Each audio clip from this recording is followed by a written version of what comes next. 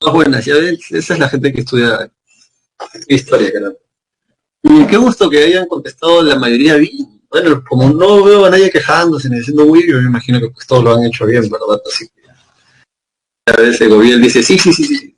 Bueno, um, vamos a comenzar de una vez porque si no se nos queda. Yo espero que te haya ido muy bien en todo caso en tu examen. Recuerda que faltan 3 exámenes más, son 4 exámenes. La pre termina cuando el último examen acaba, que es el cuarto. La pre no acaba en el segundo examen, en el tercero. Esa mala costumbre de tirar la toalla a mitad de camino cuando las pruebas. De hecho, esta es una buena oportunidad para probar tu carácter, porque aun cuando todas las probabilidades estén en contra, ya pues, ¿no? ¿Qué hay de ti, no? De la decisión que has tomado. Por eso lo llaman carrera y competencia, ¿no? Porque justamente pocos llegan al final. Yo espero, como un estudiante que me estás escuchando ahora, si pueda llegar al final, porque todos los que llegan al final pueden ver la meta. Aquellos que abandonan a mitad de camino no tienen ni espíritu deportivo ni espíritu olímpico.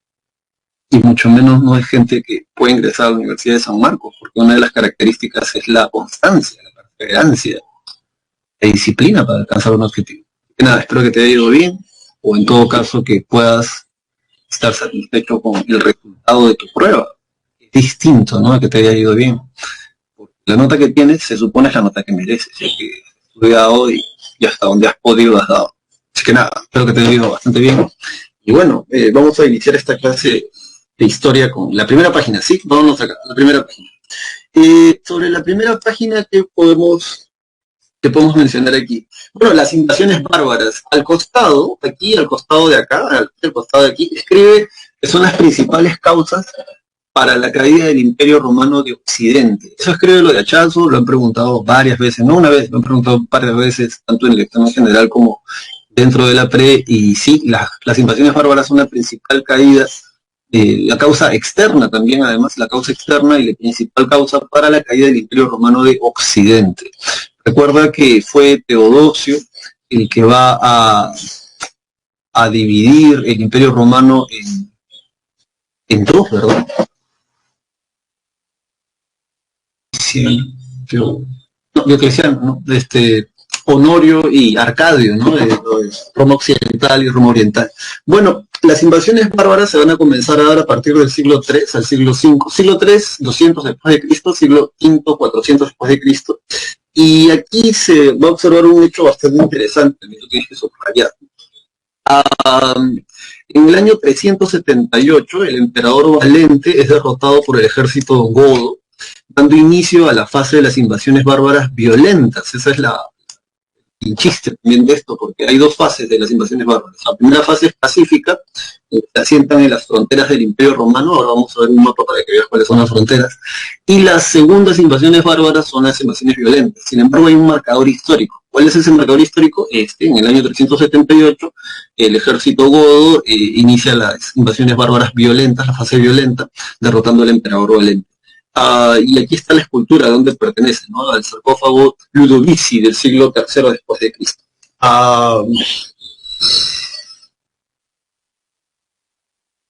¿Por qué se va a dar esto? Bueno, para contártelo así muy rápidamente, porque de hecho hay un montón de cosas que se pueden contar en 1000 años de historia. Lo que sucede es que los romanos ya no tenían soldados romanos en el ejército. Y es ese momento donde al emperador Valente se les ocurre comenzar a asimilar tropas, soldados bárbaros al ejército romano. Entonces están peleando en las fronteras del imperio y los generales romanos, los patricios, estaban mal a los godos. Hasta que yo me imagino pues los godos se habrán dado cuenta de algo bastante obvio, ¿no? Coño, nosotros somos más. O sea, serán un viaje ellos y bueno, van a rebelar contra los romanos y les van a derrotar. Y eso es el inicio de la fase violenta de esta parte de la historia. Bueno, aquí hay una lectura que tú ya lo puedes analizar después. Y vámonos a la segunda parte de esto. A ver, entonces, para los romanos bárbaros era cualquier persona que viviese fuera de las fronteras romanas, ¿no? Entonces eso parece simple, pero en realidad es una idea importante. Bárbaro es cualquier persona que ni habla latín ni tiene costumbres romanas, ¿no? Para un romano un bárbaro era eso.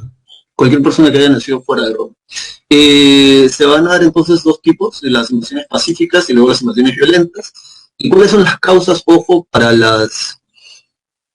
A ver, ¿cuáles son las causas para las invasiones bárbaras?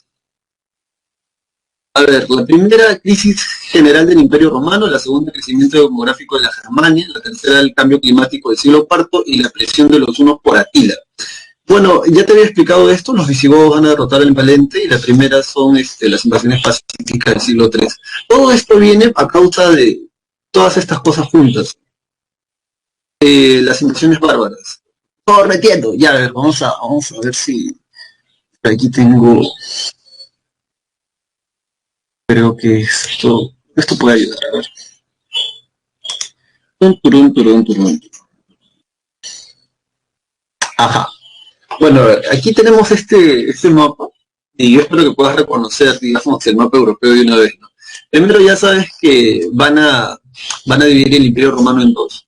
Roma Oriental vendría a ser esta parte de acá, Roma Occidental está de aquí. Vale la pena que veas las capitales. Aquí está la capital de Roma Occidental, mientras que aquí está la capital del Imperio de Roma Oriental, que es Constantinopla, después va a ser llamado Bizancio. Ahora, ¿por qué les pongo este mapa? Por estos sujetos de acá. Los hunos, ya, los hunos pertenecen a la gran tribu de los tártaro-mongoles. Porque esto es importante. ¿Te acuerdas de los paleomongoloides, la teoría inmigracionista de Alex Herlicker? Bueno, los hunos, que pertenecen a las estepas de Mongolia, de ahí viene el nombre casualmente, son una de las grandes tribus, ¿no? De los hunos de los mongoles. Uno de los líderes más famosos de los mongoles es Atila el Huno. Atila el Huno va a ser todo un desmadre, ¿no? Porque la gente en la época de Atila lo da a conocer a Atila como el azote de Dios. La gente decía que Dios había mandado a Atila para castigar a la gente en Europa por sus pecados, y de ahí que lo conocieran como el azote de Dios. De Atila decía, donde pisa mi caballo no vuelve a crecer la hierba. Y eso es algo alucinante porque, como tú puedes ver aquí en esta imagen, está a caballo con un arco y con una flecha.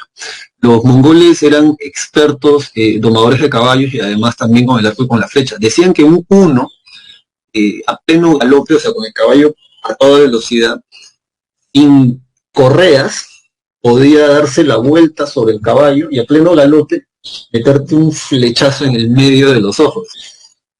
Cualquier soldado normal. Ahora, ese era el vacilón de los hunos, no eran uno, era un viaje. Y venían saqueando a los pueblos germanos de la zona de acá. Entonces, ese saqueo los obliga a ellos, como puedes ver aquí en la flecha de acá, a migrar, ¿no? A lo que vendría a ser Europa, porque esto es Asia. Este lado de aquí es Asia. Entonces, en primer lugar, la migración lo que va a hacer es empujar a los pueblos germanos a ir a la primera capital, que vendría a ser Constantinopla. Parece chiste, pero es anécdota. Los emperadores de Constantinopla comienzan a decirles a los bárbaros que, bueno, la capital más rica, la más opulenta, la más chévere, la más H, está en Occidente. Entonces, tanto Occidente, pues, ¿no? Aquí no hay plata. Y bueno, lo que muchas tribus germanas van a hacer es justamente eso, ¿no? Van a comenzar a ir a Occidente. Pero ahora, ¿por qué estas tribus germanas se van a comenzar a desplazar? Primero por ellos, porque los unos comienzan a saquearlos. Acuérdate que también saqueaban a los chinos, los unos, ¿no? Los mongoles.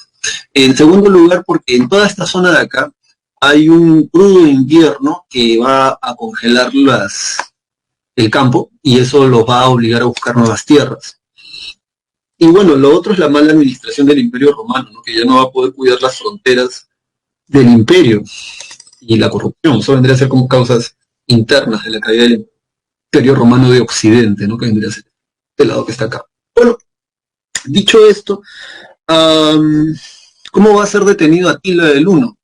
Atila va a ser detenido en la batalla de los campos cataláunicos. Se van a tener que juntar tres tipos, Meroveo, Aezio y Teodoredo.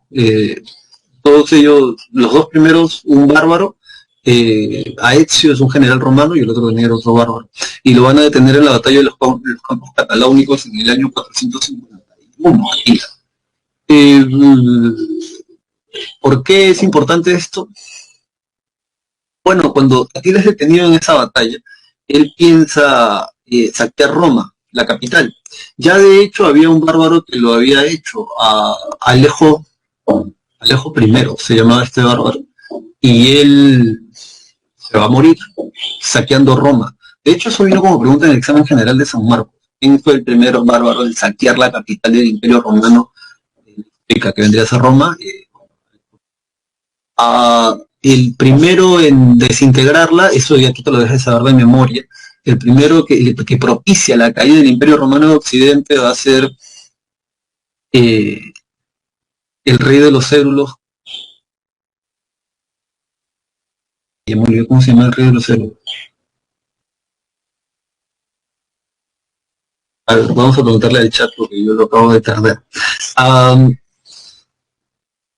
¿Cómo se llama el bárbaro que propicia la caída del Imperio Romano de Occidente? Me acuerdo de Honorio, rey de los cérulos.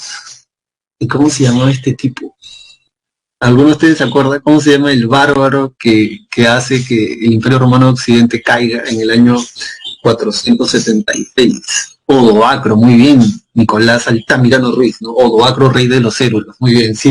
Él entonces va a desintegrar esta parte. Antes de la desintegración, porque acuérdate que eso fue en el 476, Atila el Uno va a tratar de saquear la capital Roma. La tradición, cada vez que me escuchas a mí decir tradición en la historia, es chisme histórico. O sea, es algo sin confirmar, lo cuenta la tradición, lo cuenta la tradición oral, lo cuenta el chisme. Entonces, la tradición oral, la tradición histórica dice que Atila va a querer saquear la capital de Roma. El Papa León I creo fue el que lo persuade de que no lo haga. Le va a decir, mira, ¿sabes qué? Alejo I saqueó Roma y a los 3 días se murió como castigo de Dios. Así que si tú saqueas Roma, tú te vas a morir. Entonces lo que Atila hizo fue retornar de nuevo a las estepas de Mongolia. Y allí se va a morir para resumir esta parte de la historia. Bueno, luego de esto, ¿qué más tenemos? Las consecuencias. Las consecuencias esas sí te las vas a aprender de memoria. De una vez. Después te las vas a aprender de memoria. A ver, vámonos para acá. Consecuencias. Primero, es el fin del Imperio Romano de Occidente en el año 476, como bien dijo su compañero Nicolás, nos ha hecho recordar a todos, toda la clase. Odoacro, rey de los cérulos, va a derrotar a Honorio, hermano de Arcade, que era el emperador de Roma Occidental. Luego van a surgir las lenguas romance, y es aquí donde tú participas. Usa el chat. ¿Cuáles son las lenguas romance? Porque tú esto clase de lenguaje, lenguaje, aunque eso no es clase de lenguaje o lingüística. ¿Cuáles son las lenguas romance? ¿No? Deberías de mencionar al menos 4 o 3 mínimo, ¿no? Todos deberían de mencionar lenguas romance, ¿no? Y que deberías de aprovechar ahí para participar tú que no participas. Sí. ¿Cuáles son las lenguas romance? Dale, participa, porque nos va el tiempo. Mire, ya pasó casi media hora ya desde que comenzamos y no salimos del primer tema y son un viaje de temas. ¿Cuáles son las lenguas romance?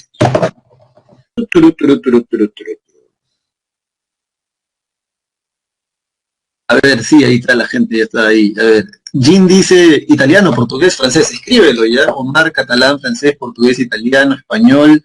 Alessandro dice francés, italiano, catalán. Jennifer dice catalán, francés. Cristian, rumeno, sí, anota eso. Sardo también, la gente ya más cargosa. Sardo, profesor.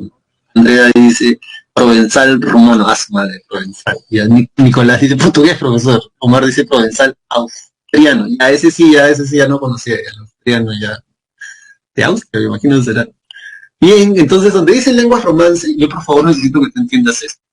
Escucha, gracias por participar.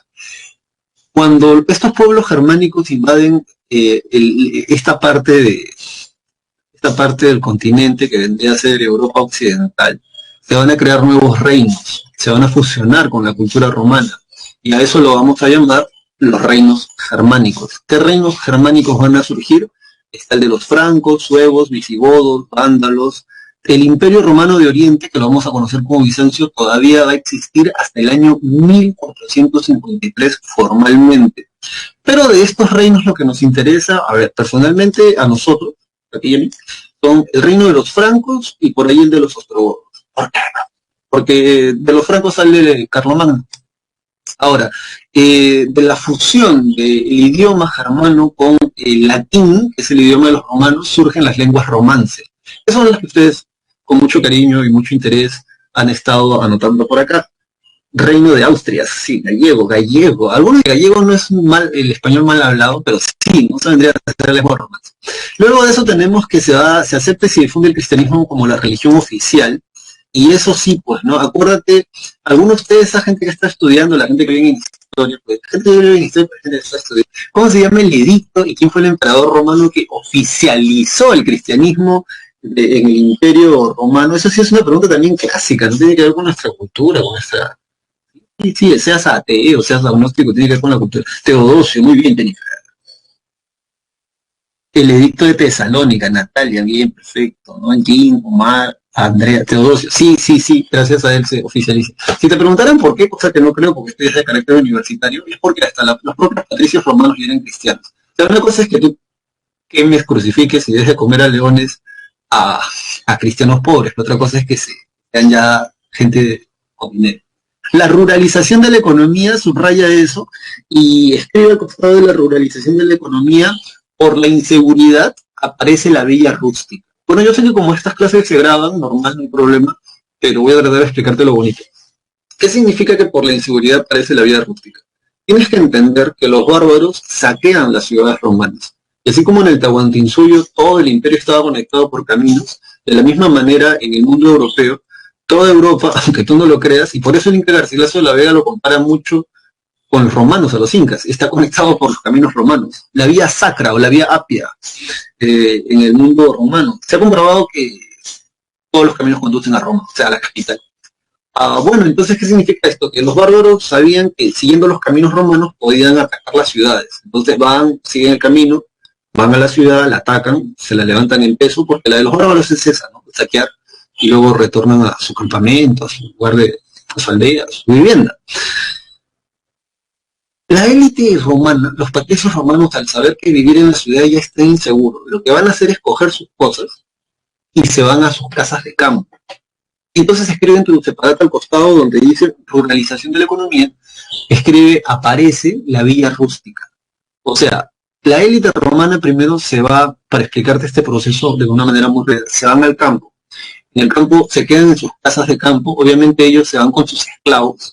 Y detrás del patricio romano, detrás de los esclavos de estos patricios, obviamente también se van los clientes, ¿te acuerdas de los clientes? Que son los plebeyos pobres. Y detrás de toda esta mancha, como se está viendo la gente que tiene dinero, y tiene capacidad de gasto, me imagino también, se va también la plebe romana.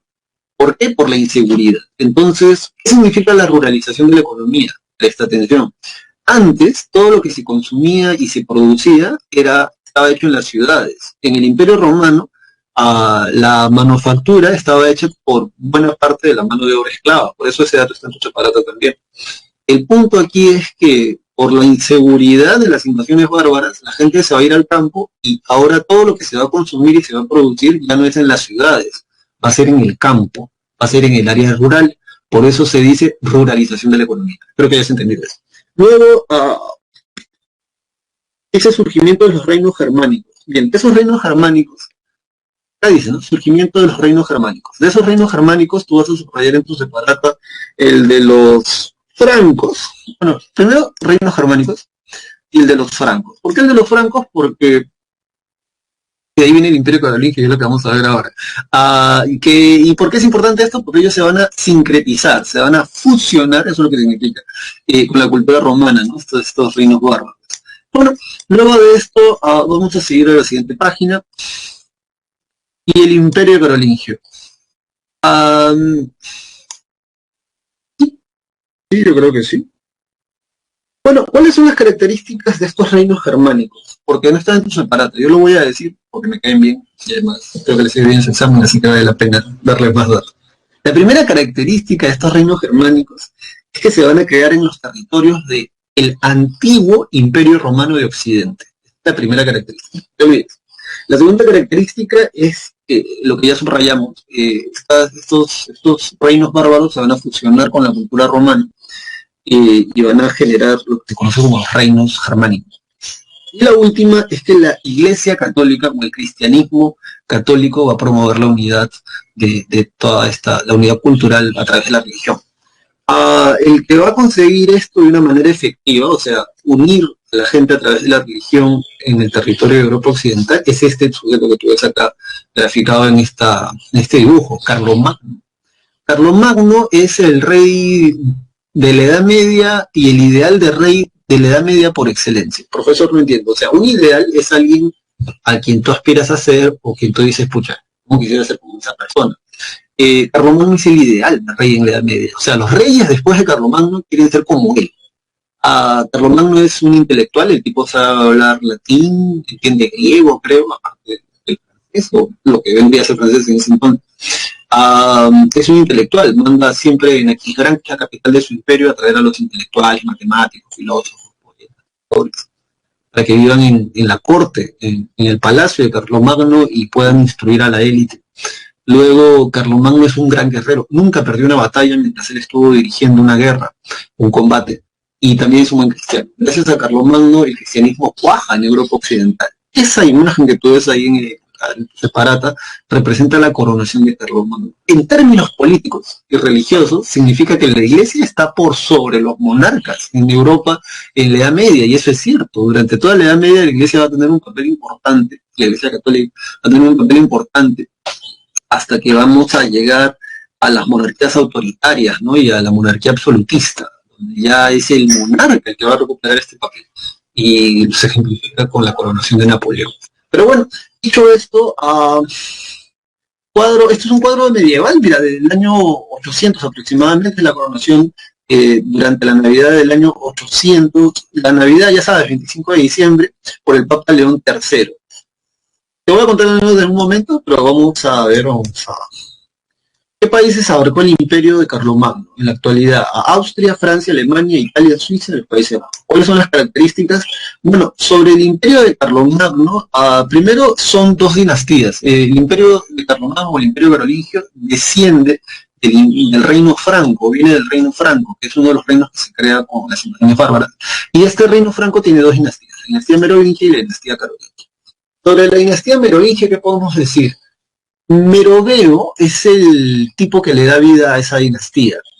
Meroveo es famoso porque él va a pelear contra Atila en el año 451 en la batalla de los Campos Cataláunicos.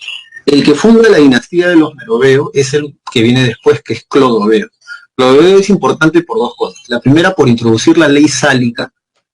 Bueno, a él se le adjudica en todo caso. La ley sálica, profesor, el hijo mayor del rey, de la reina, el primogénito, ese debe de heredar el trono, ¿no? Del reino. Pero ojo, eso te lo dice en cualquier academia. Sin embargo, lo cierto es que es un conjunto de leyes, no es una sola ley sálica, son varias leyes, solo que la más resaltante en términos políticos y de gobierno es aquella que tiene que ver con la sucesión del trono. Entonces, la ley sálica, que es una ley, parece que viene de los reinos germánicos, ellos creen en eso, pues, ¿no? Hijo mayor del rey y de la reina. No importa si es un tarado, no importa, sigue ser el mayor del rey y de la reina. Entonces, eso se va a mantener, excluyendo además, por cierto, a las mujeres del cargo, ¿no? De monarca. Bueno, ¿qué más podemos mencionar? De la dinastía merovingia, Dagoberto es el que inicia la parte de la dinastía merovingia. Uno de los monarcas es Dagoberto. Con Dagoberto en el año 600 aproximadamente se inicia esta línea de los reyes holgazanes. Se le conoce como reyes holgazanes porque ellos, reyes, los merovingios, encargaban el reino a un mayordomo. Ahora, cuando yo digo mayordomo, no te debes imaginar a Alfred, ¿no? De Batman, con su bandeja de plata, su guante blanco, y llevándole la sal de Andrews luego de la resaca de la madrugada. No, en realidad un mayordomo era un noble. El término es senescal, ¿no? Alguien que te cuida el trono mientras que no está el rey. Pero el caso es que los Pipinida eran los mayordomos más famosos. El primero es Pipino el Breve. Bueno, Pipino el Breve le van a decir así. Uno de los más famosos es Pipino el Breve porque era estatua.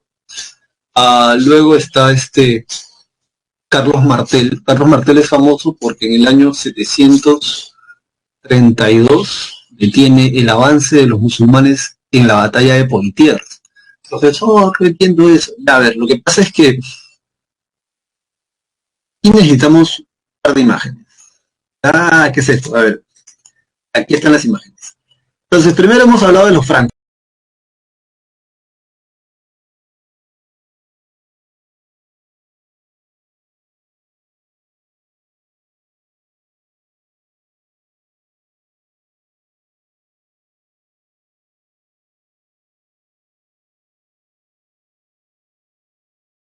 Carlos Martel. Miren, San Marcos tiene una profesora que es la doctora Cristina Flor. Y cuando le preguntan a ella, que ella estudió, creo que la media de la Universidad de Flandes,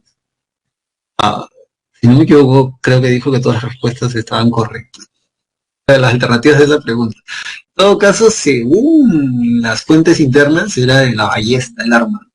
Pero bueno, ¿por qué cuento esto? Porque, ¿te acuerdas las consecuencias de las guerras médicas? Mira acá en el mapa, ya te olvidaste ya. Estos son los Balcanes, ¿no? ¿Te acuerdas que Jerjes quería tomar como plataforma los Balcanes para luego meterse a Europa Occidental? Bueno, lo mismo va a ocurrir, solo que para ya unos par de siglos después, con los musulmanes y el imperio, o mejor dicho, el reino franco. Los musulmanes querían meterse, ¿no?, a lo que vendría a ser el centro de Europa Occidental, y es gracias a Carlos Martel esto se va a impedir. Luego de esto, viene Pipino el Breve, que derroca a Childerico III, que vendría a ser el último rey holgazán.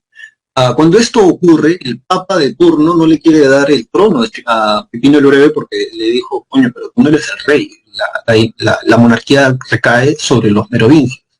Y bueno, lo que hace Pipino el Breve, breve porque era chato, lo que hace Pipino el Breve fue regalarle tierras, Rávena, Perugia y Roma, se las regala al papa, y estos van a ser lo que se va a conocer luego como los estados pontificios o los estados papales. Y bueno, el papa lo declara monarca, por sorpresa. Pipino el Breve tiene dos hijos, Carlomán y Carlomagno, Carlomagno. Carlomán se muere.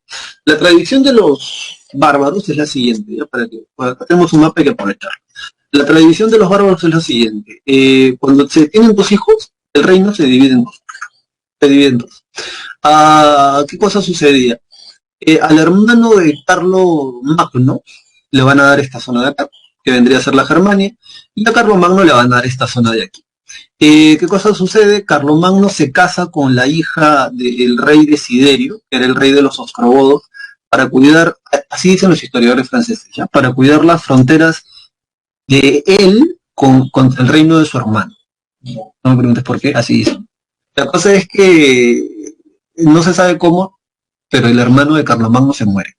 Y cuando el hermano de Carlomagno se muere, lo que él hace son dos cosas. Primero, devuelve a su esposa, a la hija del rey de los ostrogodos, a la hija del rey Desiderio, la devuelve al reino de los ostrogodos. Y se anexa todo el territorio de su hermano. Obviamente, el Desiderio, el rey de los ostrogodos, se va a ofender por eso.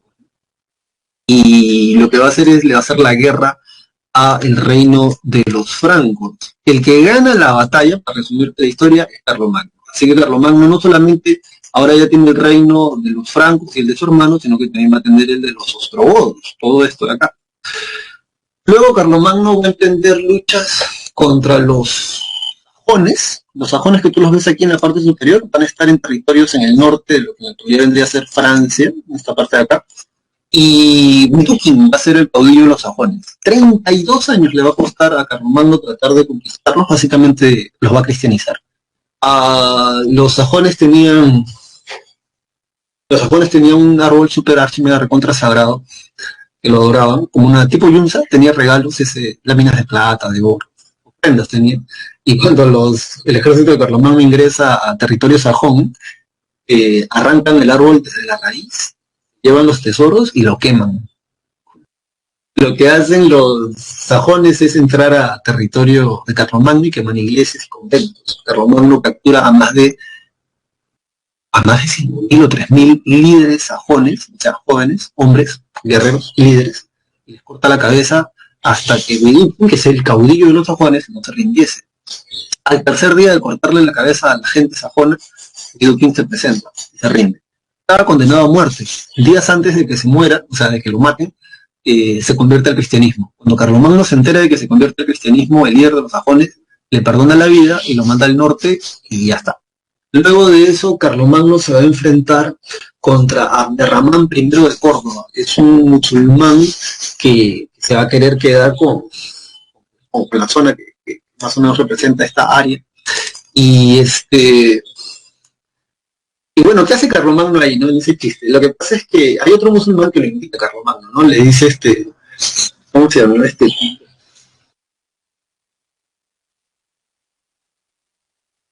Suleimán il Yusan al-Arabi, así se llamaba ya el otro musulmán, y entonces le invita a Carlomagno, le va a decir, oye loco, ¿por qué no te unes conmigo y derrotamos a Abderramán I de Córdoba?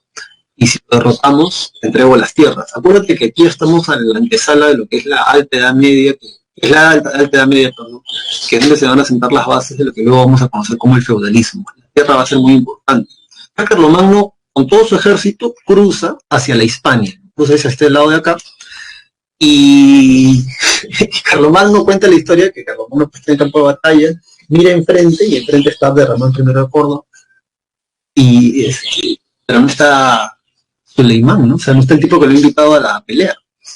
Y es que este tipo se quería pasar de vivo, quería que Carlomagno se enfrente contra el otro musulmán y a ver quién gana. Entonces Carlomagno dijo algo muy sencillo, bueno, no es mi mecha, no es mi enemigo, no es mi mecha, no es mi batalla, cojo mis cosas y me voy. Da media vuelta a Carlomagno y está pasando por el paso de Roncesvalles, así se llama, ya el paso de Roncesvalles. Y el paso de Roncesvalles queda más o menos acá, donde está este punto azul. Cuando Carlomagno está cruzando hacia el otro lado, divide su ejército en dos partes. La avanzada, o sea, el primer grupo, donde va Carlomagno, cruzan, y en el segundo grupo está uno de sus familiares, Rolando. Tribus vascas, donde está esa marca azul, salen y atacan la retaguardia de Carlomagno y van a matarlos. A partir de ese suceso, y yo creo que algunos de ustedes deben haber estudiado eso, surge un cantar de gesta, porque dicen que este familiar llamado Rolando toca una hasta que le estallan los pulmones. ¿Cómo se llama ese cantar de gesta, por cierto? En literatura, en cuestión de clase de literatura. Usa el chat, por favor. ¿Cómo se llama ese cantar de gesta que cuenta, ¿no? Cómo la retaguardia de Carlomagno va a ser aniquilada, ¿no? Y le van a pasar la voz. Luego Carlomagno va a retroceder, va a aniquilar a esa zona, va a someter a la gente ahí. ¿Cómo se llama ese cantar de gesta? Y va a crear allí una ciudad fronteriza fortificada. Profesor, es una ciudad fronteriza fortificada. Se le llama marca o marquesado a una ciudad fronteriza fortificada. Cantar de Roldán, gracias ahí, Garizuca y Omar Guerra, ¿no? El cantar de Roldán, sí, así se llama, gracias chicos por su presentación. Bueno, entonces, Carlomagno lo que va a crear es una marca. La marca que a nosotros nos interesa es esta, porque él crea lo que se conoce como la marca hispánica. La marca hispánica, acuérdate, anótalo de una vez en tu separata, es una ciudad fronteriza fortificada. Ciudad fronteriza fortificada. Aquí de frente, donde vamos a pasar a la organización política en el Imperio de Carlomagno. Entonces, a ver, vamos a dibujar esta pelota así. Y a ver, si esta pelota roja fuera el Imperio de Carlomagno, a cada división vendría a ser un ducado. Entonces vamos a poner aquí la letra D. La letra D de ducado. Pues cada división es un ducado. Luego, San Marcos hace mucho tiempo en el examen general preguntó cuántas provincias tiene el Imperio Carolingio. Pero cuando te digo hace mucho tiempo creo que tú ni nacías ya. Y bueno, se sabe en la actualidad que las provincias, primero vamos a ponerlas en otro color. Las provincias del Imperio de Carlomagno son 200 provincias. Ahora, ¿cómo se le llaman a las provincias en el Imperio de Carlomagno? Acá están, mira, condados. Entonces, acuérdate de eso. Un conde es el gobernador de una provincia. Anota, estás anotando. Un conde es el gobernador de una provincia. Entonces, aquí están diciendo, ¿cuántas provincias hay? 200. Ahora, un marqués es el que gobierna una marca. ¿Qué es una marca? Una ciudad fronteriza fortificada. Por ejemplo, en el caso del cantar de Roldán, cuando él muere, Carlomagno retrocede a ese mismo lugar, somete a las tribus vascas, y allí, en esa zona, él crea una ciudad fronteriza fortificada, crea una marca. El gobernador de esa ciudad fronteriza fortificada se le llama marqués. ¿Qué cosa es un duque? El duque es el gobernador, como puedes ver aquí en este cuarto, no solamente de condados, aquí representado por las líneas azules, sino también de marquesados. Entonces, un duque, en términos de gobierno, es más importante, porque un duque puede tener a marqueses y a condes bajo su cargo. Un marqués es el que cuida una ciudad fronteriza fortificada. En el caso del Imperio de Carlomagno hay 9 marcas. La que a nosotros nos interesa es la marca hispánica por la relación histórica que hay con nosotros, con España. Luego están los condados, que ya sabes, el conde es el gobernador, y luego están los duques. ¿Qué cosa va a ocurrir?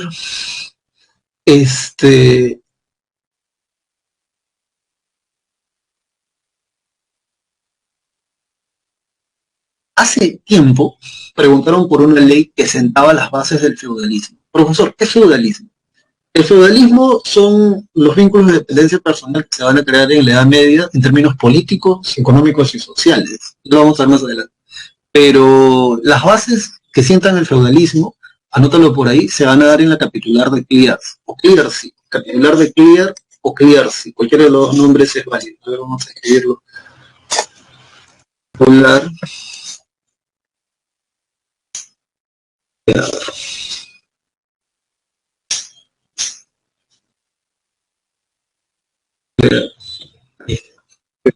Sí, capitular de Clears. En ese capitular es un documento que se va a crear en la época de Carlomagno. Escucha bien porque esto es importante.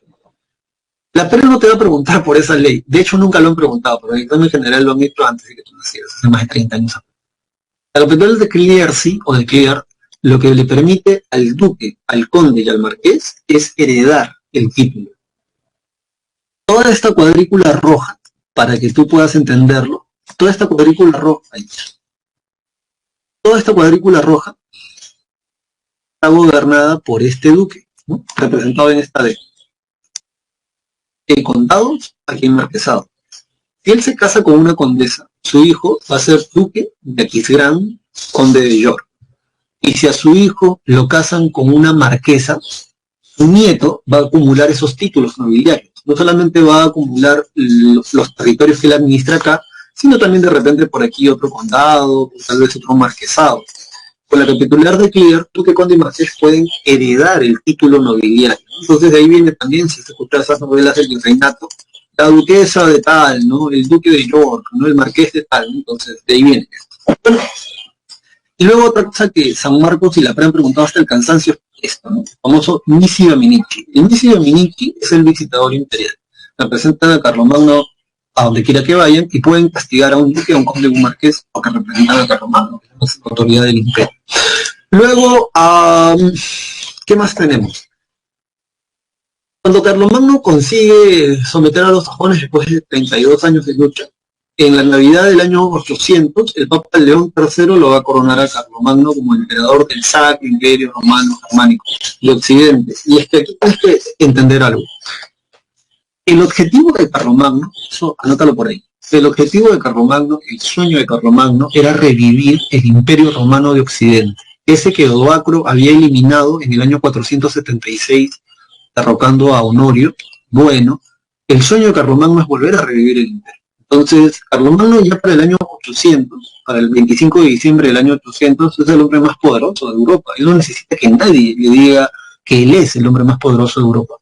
Pero el Papa, que necesitaba ayuda y apoyo en ese entonces, lo va a coronar como emperador del Sacro Imperio Romano Germánico, dándole vida, al menos por 13 años, nominalmente, o sea, de nombre, de título, al Imperio Romano de Occidente. ¿Por qué por 13 años? Porque en el año 813 Carlomagno va a fallecer. Cuando Carlomagno muere, su hijo, Ludovico Pío, Pío de latín piadoso, se la pasaba rezando, Ludovico Pío, cumple una tradición germánica que es dividir el reino entre los hijos. Entonces, Ludovico Pío tenía 3 hijos, y él emite la Ordinatio Imperii. La Ordinatio Imperii, vamos a ver.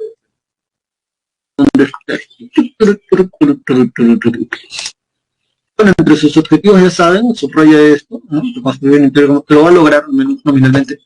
Promover la unidad a través de la Iglesia Católica, ya eso también está, lo vamos a ver por ahí en la volada. Pero, ¿dónde está esto? Ah, ya, la Ordinatio Imperii. El Tratado de Verdún es un tratado que te vas a aprender de cabeza. De hecho, hay tratados que sí o sí te tienes que aprender de memoria. No solamente tratados, sino también contratos. El Estado peruano en la República firmó muchos contratos y tratados. Pero antes del Tratado de Verdún, que es un tratado que es más que clásico aquí en la PRE, estoy diciendo esto, ¿no? Ludovico Pío en el año 817 emite lo que se conoce como la Ordinatio Imperii. Con este documento, con la Ordinatio Imperii, Ludovico Pío divide el imperio de Carlomagno en tres partes. A Luis el Germánico, se le decía así porque creo que venía de allá su mamá o nació en esa zona, le dan esa zona, la Germania. A Lotario le dan todo lo que vendría a ser, si miras aquí el mapa, esto vendría a ser Italia, esto vendría a ser España en la actualidad, le vendrían a dar todo el centro, lo que es Europa Occidental, y a Carlos el Calvo una parte de lo que vendría a ser en la actualidad Francia, sobre todo en los Países Bajos, etcétera. No, los hermanos no están de acuerdo con esta división, porque mira, ojo, no te pierdas, ¿sabes? El Tratado de Verdún es del año 843, la Ordinatio Imperii es del año 817. Como los hermanos no estaban de acuerdo con esta división del padre, se van a pelear durante 30 años. Se van a pelear durante 30 años. De hecho, Lotario va a meter a Ludovico Pío, o sea, su papá lo va a meter preso en una mazmorra para que no se mezclen la mente de sus hermanos. Y finalmente, después de haberse sacado la recontramugre, por más de 30 años, o más de 20 años, van a firmar el Tratado de Verdún. Ese tratado te lo aprendes de memoria, así como sus consecuencias. Con el Tratado de Verdún finalmente se desintegra el imperio carolingio y bueno, va a quedar dividido en estas partes. Van a sacar la mugre por más de 20 años. ¿Y qué consecuencias va a traer eso? Te las aprendes de memoria. La primera, debilitamiento del poder central. Donde dice poder central, tú vas a escribir ahí que los reyes pierden poder político, económico. Nota, los reyes pierden poder político y económico. Donde dice poder central, tú simplemente escribes la palabra. Acá donde dice poder central, tú simplemente escribes la palabra rey. ¿Ya? Entonces, hay un debilitamiento de los reyes. Pero, entonces, si los reyes pierden poder, alguien lo tiene que ganar, ¿verdad? Bueno, entonces tú vas a subrayar aquí ascenso de los señores locales. Donde dicen los señores locales, tú escribe por favor debajo señores feudales. ¿Por qué los señores feudales van a ganar poder? Bueno, eso se debe a lo que ya te he venido explicando, pero también tiene que ver con estas dos cosas, con estas otras dos consecuencias que están aquí. A ver, ¿qué te he venido explicando primero? Que cuando se da la primera ola de invasiones bárbaras, que se divide en dos fases, pacíficas y violentas, la élite romana va al campo. Todo se comienza a ruralizar, porque la economía ahora se va a llevar, la actividad económica ahora se va a llevar al campo. Y se lleva al campo porque es más difícil que los bárbaros lleguen al campo, porque no hay caminos hacia las haciendas de hacia estas casas. Pero ya han pasado más de 400 años. Cuando llega el Imperio Carolingio, Carlomagno consigue unificar todo ese lugar a través del cristianismo. De hecho, hay un renacimiento cultural carolingio, se le llama. Carlomagno va a impulsar el renacimiento carolingio, se le llama a través del cristianismo. Tenía tres escuelas. La escuela de Aquisgrán, donde estaban todos los intelectuales, todos los científicos ahí, en la capital del reino, en el palacio de Carlomagno. Las escuelas monacales o catedralicias, donde te van a enseñar dos áreas del saber, trivium o quadrivium. Si tú querías estudiar antes botánica, biología, matemática, física, geometría, tenías que meterte a un convento, a un monasterio, ¿no? Donde van los hombres, un monasterio o a una catedral, y ahí te recibías estas dos áreas del saber. Trivium,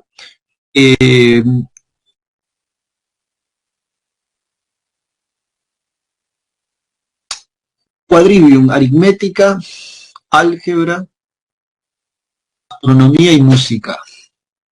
Trivium, dialéctica, retórica y gramática. Bueno, luego, les está explicando. Bueno, yo les había explicado eso.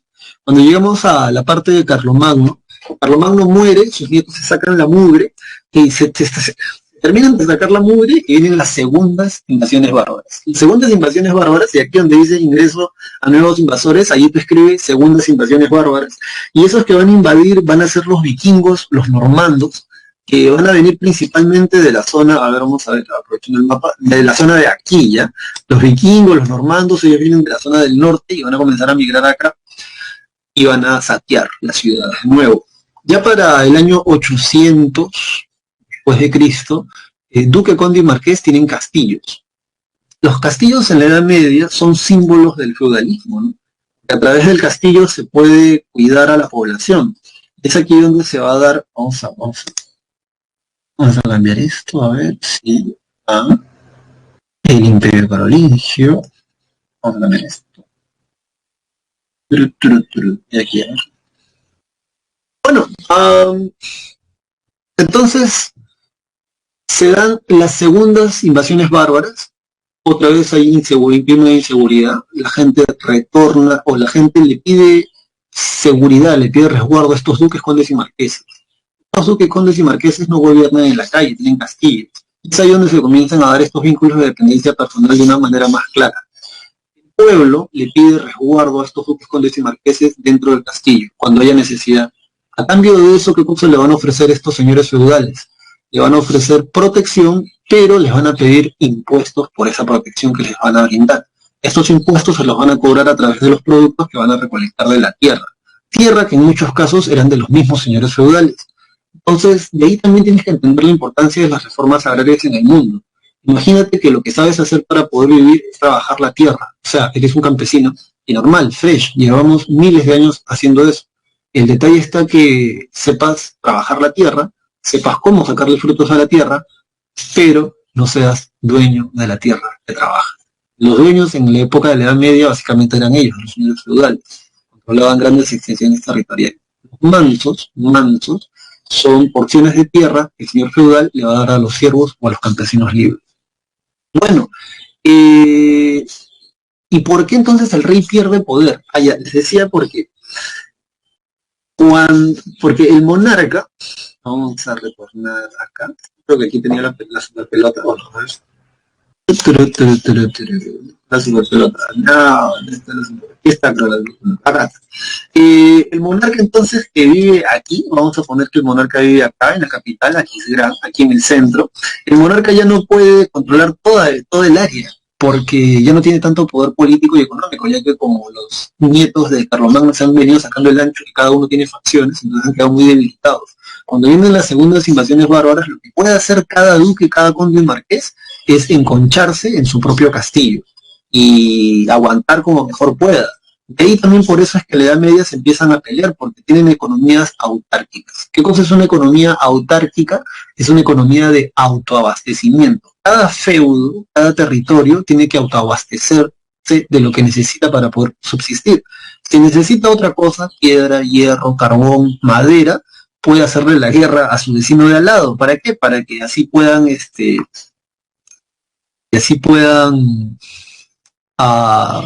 borrador acá, para que así puedan adquirir esos recursos. Entonces por eso es que la tierra se vuelve tan importante, porque a través de la tierra tú puedes obtener recursos, obtener impuestos. Bueno, dicho esto, las escuelas parroquiales son para la gente del pueblo en la época de Carlomagno. Vas a la iglesia, todos los domingos en la mañana, la escuela dominical, eso es invento de Carlomagno, y te enseñan a leer y a escribir, a sumar y a restar en función de temas bíblicos. De ahí termina el chiste. Bueno, luego de esto, ya está, creo que ya acabamos con Carlomagno por ahora. Vámonos entonces ahora al Imperio Bizantino. Wow, ya hemos cumplido una hora de clase y vámonos ahora aquí al Imperio Bizantino. Chicos, no. Hay una cosa más que tengo que explicarte porque esto sí te pueden preguntar aquí en la página. Acá la disminución del comercio. No creo que lo hagan, pero por si acaso. Si te llegaran a preguntar por qué disminuye el comercio, tú tienes que decir, producto de las invasiones bárbaras, el comercio va a disminuir. Bien, entonces la gente, ¿por qué disminuye el comercio? Bueno, primero porque la gente se enconcha dentro de los castillos, tiene una economía autárquica, o sea, ya no necesitan comerciar mucho. En segundo lugar, hay mucha inseguridad producto de las invasiones bárbaras. Y en tercer lugar, como cada uno produce lo que consume, ya no necesita intercambiar tantos productos, aunque sigue habiendo algo de comercio. Bueno, ahora sí creo que podemos pasar hasta aquí. ¿Hay alguna pregunta? Porque ya acá nos vamos al Imperio Bizantino y de ahí seguimos avanzando a los musulmanes. Y de ahí, wow, y de ahí falta un montón. Así que, ya, nada, ninguna pregunta entonces. No, ninguna pregunta. No.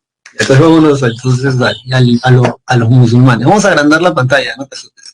A ver, el que tenemos aquí, este personaje sí que te mira todo sexy, él es Justiniano, ¿ya? Él es Justiniano. ¿Por qué va a ser importante Justiniano? Bueno, porque él es el máximo, el emperador más importante el emperador más importante del Imperio Romano de Oriente o el Imperio Bizantino. Puedes escribir aquí, por ejemplo, que antes de ser el Imperio Bizantino o antes de ser el Imperio Romano de Oriente se llamaba Imperio Romano a secas. Acuérdate que fue Constantino el que va a cambiar la capital del imperio, ¿no? De Roma a Constantinopla. ¿Por qué? Por su posición estratégica. En un momento te lo voy a mostrar. Luego también recuerda que fue Teodosio finalmente el que va a dividir en el año 395 entre sus dos hijos el Imperio Romano. Luego del Imperio Bizantino, ¿qué va a venir? Bueno, va a venir el Imperio Turco Otomano, que es el que va a hacer que desaparezca el Imperio Bizantino finalmente. ¿Cuándo desaparece el Imperio Bizantino? En el año 1453. Entonces el que tienes aquí es a Justiniano, y lo que tienes acá es un mosaico. Como puedes ver, si lo miras a detalle, son un conjunto de tejas o otros tipos de cerámica, vidrio, también pueden ser piedras preciosas o impreciosas, y así van haciendo imágenes. Y te gusta el arte, puedes notar aquí que esta imagen no tiene idea de profundidad, solamente son dos planos, ¿no? Son dos planos. Bueno, dicho esto, ¿qué más podemos mencionar aquí? A ver, vámonos para acá. En la parte de características, el cesaropapismo, en la parte de política. Chicos, chicas, el cesaropapismo es super H y mega recontra importante. César y Papa. ¿Cómo es eso, profesor? El Basilius o Basileus es el emperador en el Imperio Bizantino. Viene de Atenas, o viene del mundo griego, así le decían a los reyes en el mundo griego antes. Por cierto, el idioma que hablan en Constantinopla y en el Imperio Romano de Oriente es el griego principalmente. En Roma, en el Imperio en Europa Occidental hablaban latín, hasta que los reinos germánicos se fusionan y crean las lenguas romanas. Los únicos que hablan latín en Europa Occidental son los miembros de la Iglesia Católica. Y además son los únicos que pueden leer la Biblia también, porque la Biblia estaba en latín. ¿Te imaginas soplarte todos los domingos de tu vida, todas las misas en latín? No sabes hablar latín. Tú hablas español, alemán, francés, inglés, hablas otro idioma. Pero bueno, en el Imperio Bizantino, la Biblia está en griego, todos hablan en griego, y aquí viene el detalle, y eso es lo que San Marcos o la Fe te pueden preguntar. El cesaropapismo, ¿qué cosa significa? Que el Basilius, o sea, el emperador, supongamos que es Justiniano en este caso, controla tanto el Estado como la Iglesia. Acuérdate de eso. Controla tanto el Estado como la Iglesia. Eso es el cesaropapismo, y no voy a explicar más. Realmente eso era lo más importante. Luego, en economía, tienen un comercio internacional, su moneda el bizantino y de oro, y van a predominar en el Mediterráneo. Ahorita les muestro un mapa para que veas. Luego, su principal Basilius, por excelencia, como les decía, porque da la hora, ese es Justiniano. Justiniano va a hacer tres cosas que valen la pena que te aprendas de memoria. Sobre todo porque acuérdate que San Marcos tiene una de las escuelas de derecho, si no es la más antigua, debe ser la más antigua del continente americano, lo que no entiendo. Lo que pasa es que Justiniano, que va a gobernar entre el año 527 al 565, va a mandar a recopilar toda la legislación romana, conocida como el Corpus Juris Civilis. El Corpus Juris Civilis, profesor, ¿qué cosa es? El Corpus Juris Civilis, es un conjunto de cuatro bloques, que básicamente se dividen en Código Justiniano, que básicamente son las constituciones recolectadas por Justiniano, digestas o pandectas, que van a venir a ser las obras de los cónsules romanos anteriores de los cónsules romanos, desde Rómulo Augustulo hasta la época de Justiniano. Las institutas, que vendrían a ser técnicas de estudio para estudiantes de derecho en la época de Justiniano, y luego están las novelas. ¿Por qué es importante el Corpus Juris Civilis? Porque en la actualidad, por ejemplo, el Perú basa la legislación peruana, o sea, el derecho peruano, se basa en más de 70, yo he escuchado 90 ya, pero vamos a ponerle 70% del derecho romano. ¿Tú te imaginas eso? Más del 70% del derecho romano se basa, del derecho peruano se basa en legislación romana. Pero, ¿gracias a quién? Bueno, gracias a Justiniano. ¿Por qué? Porque cuando él fue emperador, él dijo, ¿dónde están todas las leyes dadas desde la época de Rómulo, fundador de Roma, hasta la actualidad. Pucha, no sé, por ahí uno tiene una colección, por acá tiene otro del siglo tal y tal. Entonces los Justiniano dijo, quiero que se vuelvan a reeditar, ¿no? Creo que se vuelvan a reescribir, y eso es lo que va a hacer el producto del Corpus Juris Civilis, porque si no, no conoceríamos ni la mitad del derecho romano, ya que en Roma, en Europa occidental, las bibliotecas se van a perder. No sé si van a usarlas para envolver pescado, el papel de los libros, o para encender fogatas, la cosa es que se va a perder. Conocemos el derecho romano que conocemos gracias al Corpus Juris Civilis, mandado a reescribir por Justiniano. Luego Justiniano también mandó a construir la Basílica de Santa Sofía. Santa Sofía, Sofía, sabiduría. Y además consiguió la máxima expansión territorial de su imperio. Por eso no te puedes olvidar. Profesor, ¿dónde está la Basílica de Santa Sofía? Aquí está. ¿Ya has jugado a Sesame Screen? Hay una reconstrucción de la Basílica de Santa Sofía alucinante. La estructura más alta hecha por el hombre jamás construida de manera así artificial durante casi 1000 años. La cúpula de la Basílica de Santa Sofía. Bueno, antes de terminar con este tema del Imperio Bizantino, ahora que entonces Justiniano es el que da la hora, vámonos a la cuestión religiosa y cultural. Sobre la cuestión primero cultural, hay un sincretismo. Solo 2 veces la he preguntado por esto, de la cuestión cultural. 2 veces, ¿no? Son pocas, pero yo las explico igual. Sincretismo ya sabes que es fusión, y es fusión de qué cosa. Bueno, son 3 elementos: griego, romano y oriental, ¿no? Por su cercanía con el cercano, ¿no? Por el cercano oriente. Luego, en la cuestión religiosa, hablando del cisma de Oriente, una cosa muy rápida sobre el cisma de Oriente. Bueno, ¿qué va a pasar aquí? Es el año 1054, es el año 1054, y el Papa Miguel Cerulario está con León, no, perdón, el patriarca Miguel Cerulario se encuentra en la Basílica de Santa Sofía. Recuerda que en el mundo bizantino no tienen una máxima autoridad religiosa como en el mundo europeo occidental. La máxima autoridad religiosa en Europa occidental es el Papa, vicario de Dios en la tierra, máximo representante de Dios en la tierra, la cristiandad católica.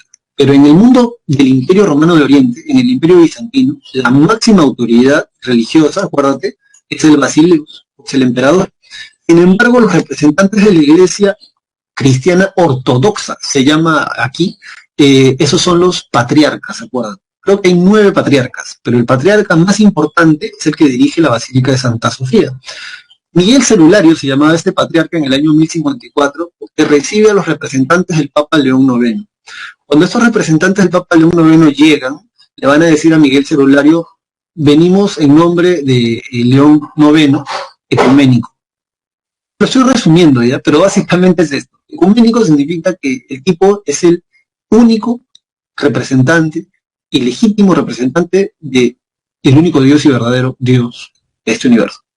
Entonces Miguel Cerulario le dice: no, porque la iglesia de Santa Sofía, la Basílica de Santa Sofía, durante casi 1000 años fue una, o sea, durante casi 500 años, más de 500 años, más, de hecho, casi 1000 años, va a ser la principal iglesia del mundo cristiano. Uno pensaría que siempre ha sido la del Vaticano, ¿no? Pero no, en realidad en el año 1000 era la Basílica de Santa Sofía la que daba la hora, la más rica, la más opulenta, la más chévere, la más bacana. Y entonces Miguel Cerulario dice: no, yo soy el ecuménico. A mí me tienen que saludar como el ecuménico y el vicario, representante único y Dios. Entonces, Miguel Cerulario le dice eso a los representantes de León IX, los representantes de León IX le dicen: no, yo soy nosotros venimos en nombre del único y real, el ecuménico, el vicario. Entonces, se van a excomulgar. Miguel Cerulario expulsa de la iglesia a León IX, y los representantes de León IX expulsan a Miguel Cerulario. El caso es que ese va a ser el cisma, se van a dividir por eso. Ese es el cisma de Oriente, porque yo creo que es occidente. Y lo vemos que hay tiempo, porque en realidad, mira, es una hora y media. ¿Cómo vamos a terminar esta parte de la clase? A ver, después de 1000 años de haberse, de haber tenido una existencia muy interesante, esta es la máquina de expansión encontrada dada por en la época de Justiniano, ¿ya? Primero, Constantinopla está aquí, míralo acá, aquí, míralo ahí, donde está ese círculo rojo. ¿Por qué es importante Constantinopla? Porque toda la mercadería que viene de Asia, acuérdate que por aquí está la península del Indostán, la India, China va a venir por este lado de acá, toda la mercadería entonces por tierra, toda la ruta del comercio llega a Constantinopla, de Asia. Y luego todos los comerciantes de Europa, si miras acá, si quieren comprar especias, porcelana, todo eso, van a Constantinopla. Cuando Constantino en el año 321, 323 cambia la capital de Roma, la cambia a Constantinopla, la cambia porque él sabe que eso es un peaje. Constantinopla cobra los impuestos de toda la mercadería que viene de Asia y va a Europa, o de Europa va a Asia. Entonces es un sitio muy estratégico. Constantinopla va a tener 3 murallas perimétricas. Y es por esa razón que luego cuando los musulmanes, en este caso el Imperio Turco Otomano, comienza a quitarle territorio, en un momento dado de su historia Constantinopla o Bizancio era simplemente, ¿qué cosa era? Era simplemente esto, ¿no? Eso era nada más Bizancio para el año 1453. Y bueno, lo que está aquí, ¿no? El 29 de mayo de 1453 se va a dar la invasión de los turcos otomanos, no te vas a olvidar eso, porque también están los selúcidas, y es el sultán Mohamed II que a punta de cañonazos, algunos dicen que tuvieron que arrastrar 200 bueyes esos cañones para bajarse los muros perimétricos de Constantinopla, capital del Imperio Romano de Oriente. Y bueno, el emperador Constantino XI pierde la vida en el asedio de Constantinopla. Mohamed II entonces se queda con ese lugar. Es el fin de la Edad Media formalmente en historia universal. Y Mohamed II, en ese tiempo los musulmanes eran bastante tolerantes en términos religiosos. En la actualidad se han vuelto un poco radicales, como eran los cristianos católicos en la Edad Media, cuando hacían la quema de brujas, situaciones. Siempre hay, en toda religión hay radicales. En toda área hay radicales siempre. Pero el caso es que Mohamed II, para resumírtelo muy, muy didácticamente, le va a decir a los constantinopolitanos, a la gente que vive en Constantinopla, les va a decir, bueno, ustedes quieren seguir viviendo aquí, entonces la gente va a decir, sí, entonces bueno, si quieren seguir viviendo aquí, tienen que pagar impuestos, claro, porque ya sabes, ellos son cristianos, no es musulmán, pero y si no queremos pagar impuestos, entonces Mohamed II le dice, bueno, si no quieren pagar impuestos, conviértanse al Islam.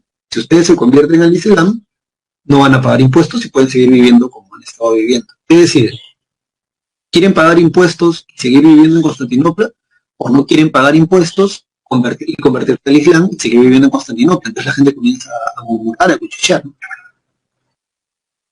¿Qué deciden? Bueno, al final ni nos convertimos al Islam ni queremos pagar impuestos. Nosotros agarramos nuestras chivas, agarramos nuestras cosas y nos vamos de aquí. Aunque tú no lo creas, hay castillos desarmados de Constantinopla y vueltos a armar en Grecia, en lo que vendría a ser Italia, o hasta en Francia. Castillos, tú dirás, ¿cómo, profesor? Como si fuera Lego, los enumeran, los desarman y los vuelven a armar en Europa Occidental. Y ahora algo muy curioso es que los intelectuales bizantinos, si son capaces de llevarse las piedras, imagínate tú los libros, junto con la migración que se va a dar de Constantinopla, los intelectuales bizantinos van a migrar a las ricas ciudades europeas. Las ciudades más ricas en ese entonces, Génova, Florencia, Venecia, y le van a impulsar sin querer queriendo el humanismo. Y recuerda que el humanismo al mismo tiempo es el motor del Renacimiento. Cuando los constantinopolitanos fueron a Europa y sin querer queriendo le dieron impulso al humanismo, que a su vez es el motor del Renacimiento, van a introducir estos libros y con ellos el Corpus Juris Civilis, que recopilado en la época de Justiniano. Y bueno, cuando toda la gente se quitó, Mohamed II dijo, bueno, ¿saben qué, europeos? Ustedes por aquí no pasan más. Va a cerrar Mohamed II la ruta del comercio de Asia a Europa. Cuando esa ruta es cerrada, ¿qué cosa creen ustedes que van a hacer los europeos? O sea, la gente que comercia de esta zona. Bueno, lo que ellos van a hacer es comenzar a buscar otras rutas para poder llegar hacia las Indias y poder seguir comerciando. Los primeros en lanzarse al mar van a ser tus amigos los portugueses, y de ahí comienza la esclavitud, porque van a comenzar a cazar africanos. La iglesia va a determinar que no tenían alma. Si los africanos no tienen alma, son cosas. Si son cosas, se pueden comprar, se pueden vender, porque son mercancía. Un genovés, llamado Cristóbal Colón, le va a decir a los reyes de Portugal, es más rápido si le damos la vuelta al planeta Tierra, y es redondo. El rey de Portugal le va a decir, ¿sabes qué, loco? No tenemos la ruta, el monopolio comercial por África para llegar a las Indias. Y bueno, este genovés va donde los vecinos, los portugueses, los españoles, y les dicen, ¿saben qué? Yo creo que podemos llegar a las Indias más rápido, dándole la vuelta a la Tierra.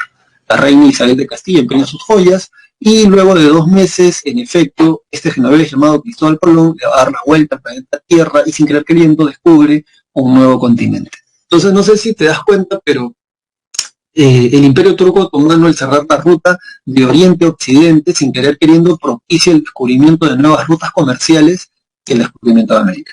Así que nada, espero que eso te haya podido ser provechoso. Y hemos acabado formalmente con el Imperio Bizantino. Vámonos ahora entonces al Imperio Musulmán. A ver. Del Imperio Musulmán, ¿qué podemos mencionar? Vamos a ver qué hay aquí. Primero vamos a ver qué hay aquí. Algo bueno que mostrar acá. No te asustes, espérense, ya vengo. A ver, a ver, a ver, a ver, a ver.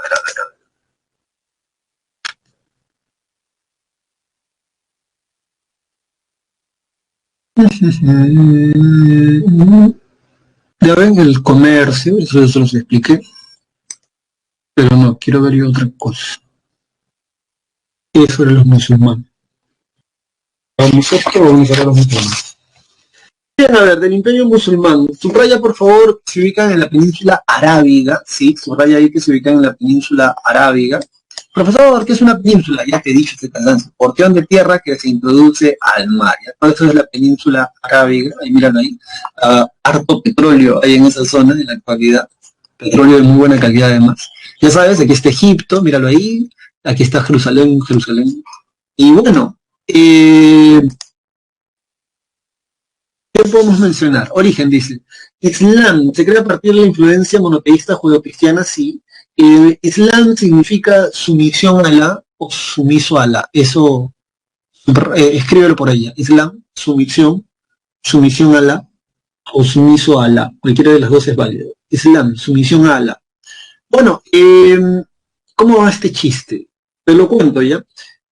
Muhammad o Mahoma, como quieras pronunciarlo, entre el año 570 y el 632, que fue hasta donde vivió, él va a recibir el mensaje del arcángel Gabriel, sí, el mismo de la Biblia, el arcángel Gabriel, supuestamente el mismo, sí, y va a predicar el monoteísmo por orden de Alá en la Meca. Uh, en la Meca se encontraba una piedra de color negro, llamada la piedra negra o la piedra Kaaba, y ahí las tribus árabes anteriores a Mahoma practicaban el politeísmo. Y a ver, esto te lo cuento así.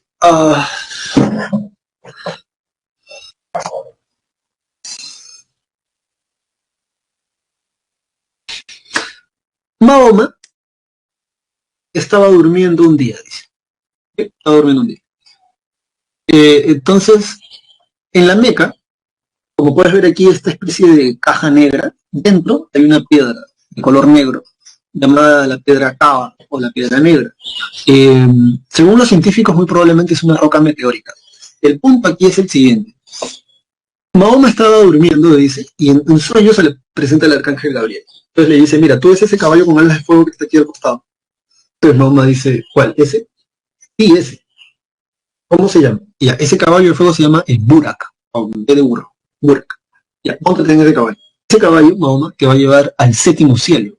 Y en el séptimo cielo te vas a entrevistar con Alá. Y ahí Alá te va a decir lo que quiere. Entonces Mahoma se sube al caballo, el caballo se lo lleva al séptimo cielo. A esa ida y venida se le llama la Isra, I-S-R-A, la Isra. Entonces cuando Mahoma se entrevista con Alá, Alá le dice, ¿sabes qué, loco? Yo te he elegido aquí como mi único profeta y tú vas a ser el que va a predicar la nueva fe, ¿no? El Islam. Cuando Mahoma Mahoma retorna a la Meca, obviamente, y Mahoma comienza a predicar el monoteísmo, pero piensa un poco en este sentido, imagínate, toda tu vida eres monoteísta, de pronto viene alguien y te dice, ¿sabes qué? Vamos a ser politeístas. Con Mahoma ocurre lo mismo, pero al revés, ¿no? Todo el mundo era politeísta, pero Mahoma viene a predicar el monoteísmo. Entonces la gente lo quiere matar, y Mahoma lo que hace es huir de la Meca hacia otro lugar, hacia la ciudad de Yathrib. La ciudad de Yathrib se le conoce también como la ciudad de Medina. A esa huida de Mahoma se le conoce como la Égira. Ahora, la PRE ha preguntado hasta el cansancio por esto, ¿por qué? Porque la Égida, sí, subraya por favor en tu separata, o escríbelo, De hecho está en tu separata, pero en el PDF, ¿no? La separata, este es el PPT, el PowerPoint, el otro, la separata virtual, si lo tienes impreso mejor, pero donde dice égira, subraya, la égira da inicio al calendario islámico. Profesor, no entiendo. O sea, yo no sé si tú eres consciente, pero en todo caso la clase de historia te va a permitir ser más consciente. Tienes que ser consciente de que no todos los países, no toda la gente del mundo en la actualidad en el planeta Tierra está en el año 2020. Verás qué, profesor. Sí, o sea, en la actualidad no toda la gente del mundo está en el año 2020. Es el año 2020 para nosotros. No sé, pues tenemos cierta tradición o cultura occidental, ¿no? Porque han pasado 2020 años respecto de qué, del nacimiento de Cristo, ya, pero todo el mundo es cristiano, no. Entonces hay lugares en el mundo donde no están en el año 2020, están en otro año. En el caso de los musulmanes en la actualidad, ellos no están en el año 2020. ¿Por qué? Porque su inicio de su calendario, así como en el cristianismo es el nacimiento de Jesús, para ellos el inicio del calendario islámico o musulmán es la Hijra. Y por eso la pre también lo he preguntado. En la actualidad, ellos están en el año 1441, para que te hagas una idea. Sí, ellos están en el año 1441 en la actualidad. Ellos no están en el año 2020. Han pasado 1441 años desde que Mahoma huyó de la Meta a la ciudad de Yatib o a la ciudad de Medina. Cuando Mahoma se va a la ciudad de Medina, bueno, ahí ya se hace una mancha mucho más interesante y se hace una mancha que le pueda sacar la mugre a los que están en la Meca, ¿no? Entonces Mahoma luego de unos años retorna a la Meca y los islamiza, ¿no? O sea, en el mundo cristiano se cristianiza, ¿no? En el mundo islámico se islamiza, o sea, los islamizan, pues no los convierten al Islam, y a partir de ahí se crea el primer califato, ¿no? Que es el califato ortodoxo. Ortodoxo, tradicional, más antiguo, más arcaico. La capital Medina, y es donde se inicia la expansión. Es lo más que podemos mencionar de eso, ¿ya? Sí. En donde se inicia la expansión del califato ortodoxo, puedes anotar que van a llegar a Siria, si no me equivoco, esta zona de acá, Siria, van a llegar a Palestina, la zona que está aquí, más o menos en la actualidad, van a llegar a Egipto, van a llegar a Persia, que es la zona que está acá, Persia, y van a llegar a Jerusalén en el año 637. Ahora, ¿por qué es un rollo? Bueno, no sé si en la actualidad tú sabes, pero la gente se mata, ¿no? Por este corredor de aquí. ¿Por qué se matan por ese corredor de aquí? Bueno, porque, bueno, por todo esto, de hecho, se han estado matando desde tiempos desde los persas se matan por ese corredor de acá. ¿Por qué? Porque es la llave, o es el nexo de las cosas que vienen de Asia y las que vienen de Europa, ¿no? Controlas este paso y controlas el peaje, ¿no? Que es lo mismo que les está explicando para lo otro. Pero obviamente la gente que no estudia historia no lo entiende así, ¿no? Lo entiendes en términos religiosos. Y bueno, si lo quieres entender en términos religiosos, esta zona de acá, está muy grande en realidad, y Jerusalén. Esa zona de ahí está compartida por tres grandes religiones monoteístas. La primera vendrían a ser los judíos, que para ellos, por cierto, Jesús no es Mesías, ¿no? Vendría a ser un profeta. Luego viene para el mundo cristiano, Jesús vendría a ser Dios hecho carne, según el cristianismo, sus ramas. Y luego viene Mahoma y dice que allí, este es el tercer en Jerusalén, es el tercer lugar más sagrado del Islam. El primero es la Meca, donde está la piedra Cava, porque el arcángel Gabriel ahí puso su pie, dice la piedra Cava. El segundo vendría a ser Medina, y el tercer lugar más santo del Islam vendría a estar en Jerusalén, porque creo que por ahí lo votó el Burak Mahoma. Pero bueno, dicho esto, entonces, acuérdate de eso del califato ortodoxo. Van a llegar a Palestina, a Siria, a Egipto, a Jerusalén en el año 637. A Persia también van a llegar. Luego viene el califato Omeya. La PSI ha preguntado varias veces por el califato Omeya, porque es durante este califato donde se consigue la máxima expansión territorial. Profesor, ¿a dónde van a llegar? Durante el califato Omeya van a llegar a la península ibérica. Van a llegar a la península ibérica. Profesor, ¿dónde queda eso? ¿Cómo que dónde queda eso? La península ibérica, a ver, acá está, sí, acá. La península ibérica está aquí, ¿ya? Todo esto es la península ibérica. Ahora, ¿cuándo van a llegar a la península ibérica los musulmanes? Con el califato Omeya, bien, no es una expansión territorial. Luego de esto,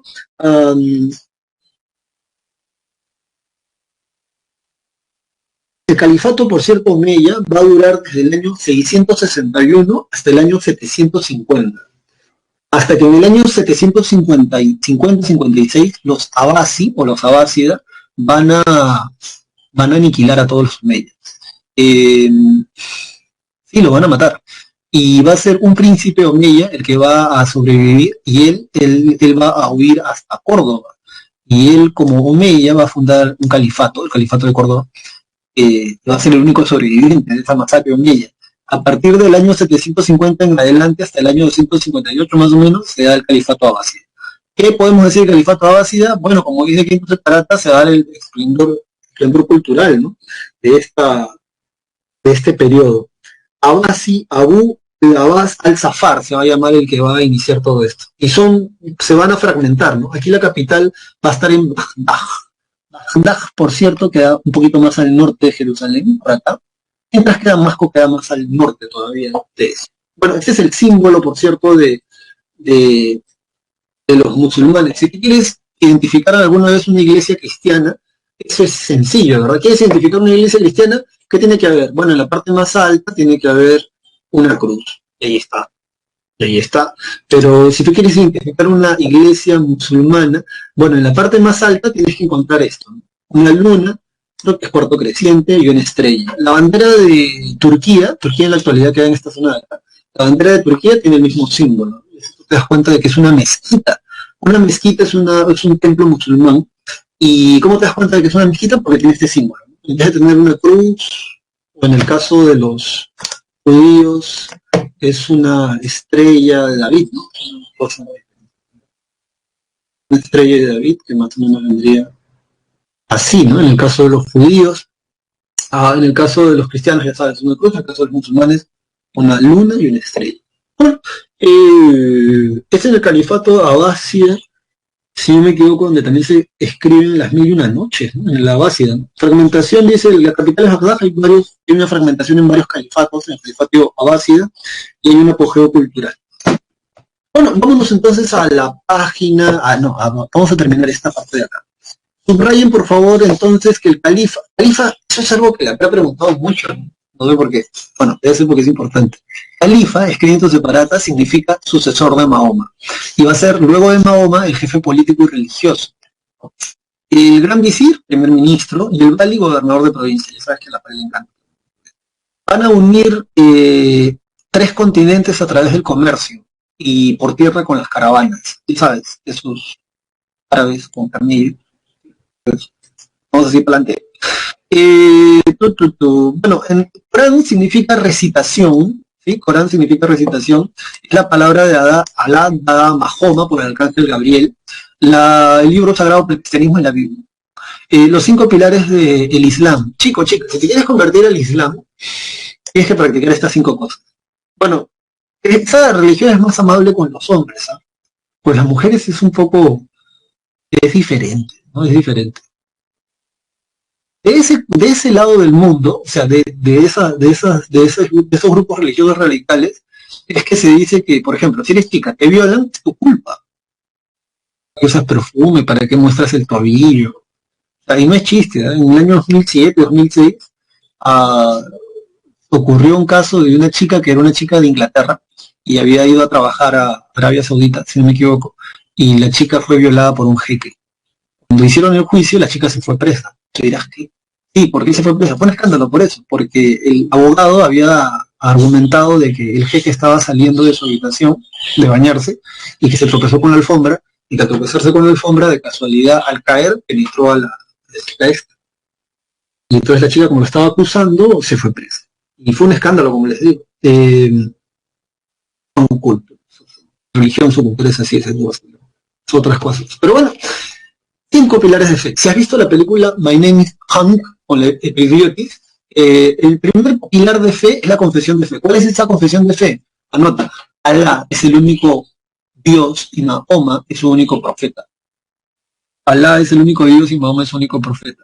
Es una cosa muy loca, ¿no? Porque, o sea, si te gusta esto de la aventura y una vida así, quieres morir joven, ¿qué puedes hacer? Por ejemplo, puedes ser corresponsal de guerra, periodista de guerra. Te vas a esta zona de acá. Es una papa caliente ahorita esta zona. Polvorín. Pero, ¿cuál es el chiste? Bueno, en esta zona de acá, donde es peor todavía, si eres gringo, ojos azules, rubios, te matan y te descuartizan, te agarran un video de tu cuelgan descuartizándote y ya fuiste. Pero te cuento esta anécdota porque a mí me la contaron en la pre, los profesores de la pre, cuando era estudiante de la pre. Lo que pasa es que, pues no sé tanto, el año 2012, este, era un periodista argentino, rubio, de ojos azules. Lo agarran en Palestina y ya lo iban a matar, ¿eh? Ya lo estaba arrodillado, ya están preparando la cámara, todo, porque es su costumbre de...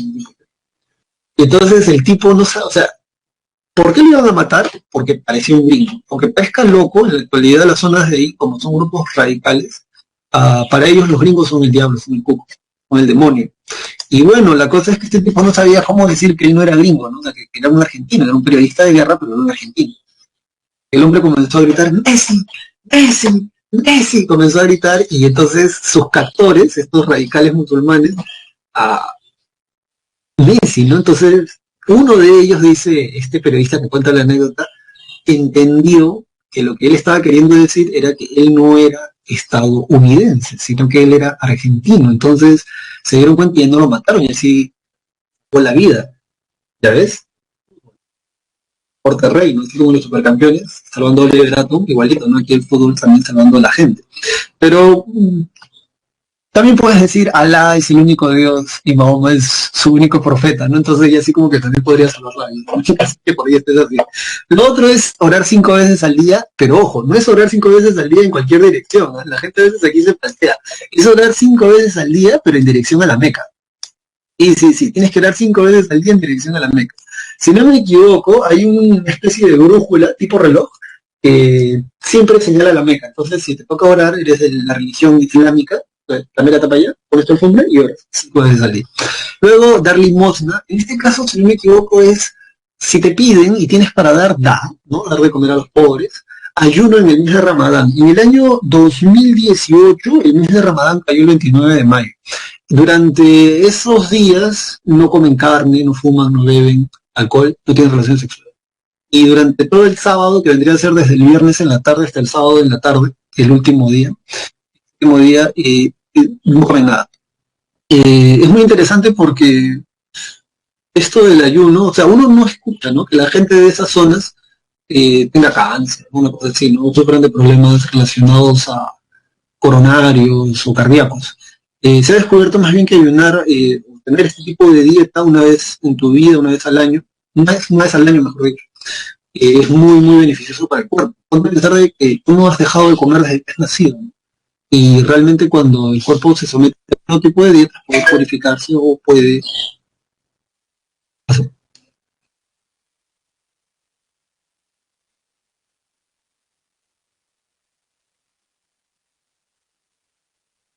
Ay, ok. No me olvidé que estaba diciendo. ¿En qué estaba, chicos? No sé qué... No me olvidé. Era lo que estaba diciendo. Este...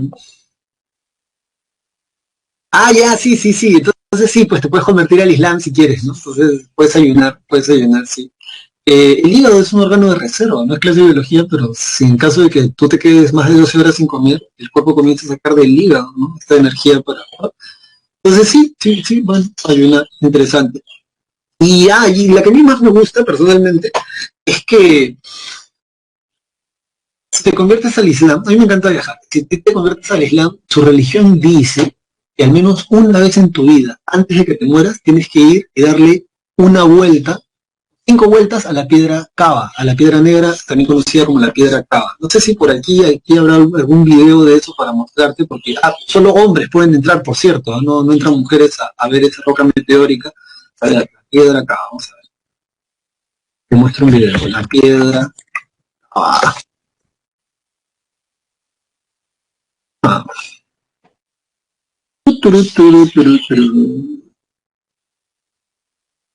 Bueno, creo que están los Anunnaki también. Siempre hay gente que todos son extraterrestres, ¿no? A ver, espérense, creo que aquí está la tierra acá, para que puedan ver el mar de gente la- el mar de gente que va... ¿por qué no? Porque así es su religión, pues ¿qué vamos a hacer, no? O sea, Jennifer. O sea, su religión dice así, pues solo hombres, ¿no? ¿Te gusta el video? Dale like, suscríbete al canal. No. A ver, vamos a ver. ¿Quién es? Aquí está. Metros. Dentro de la cama. Dentro de la cama.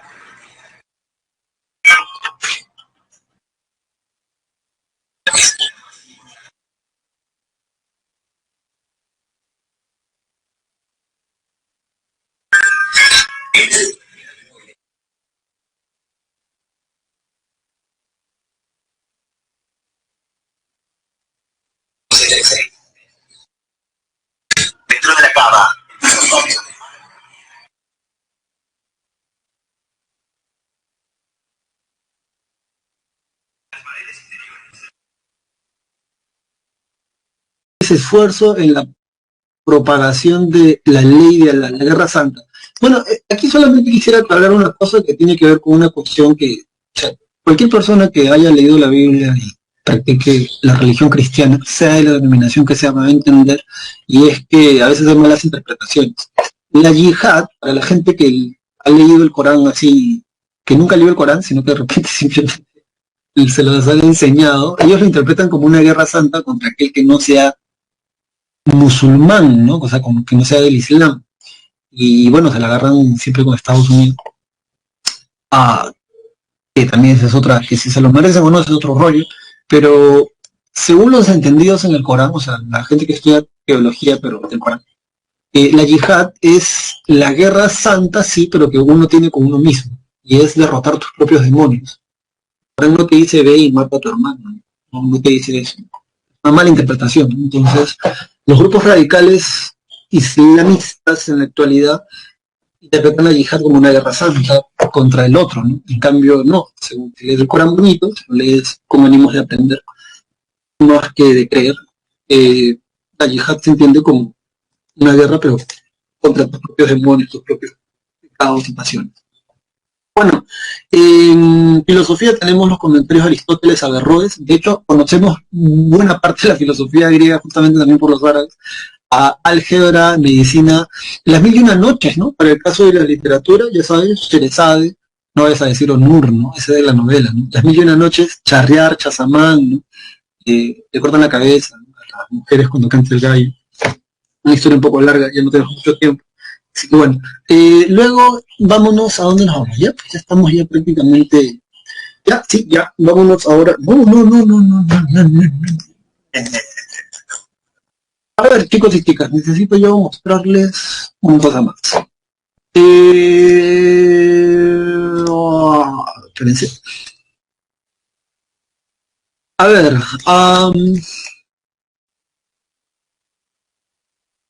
bueno, las mil y una noches de limosna.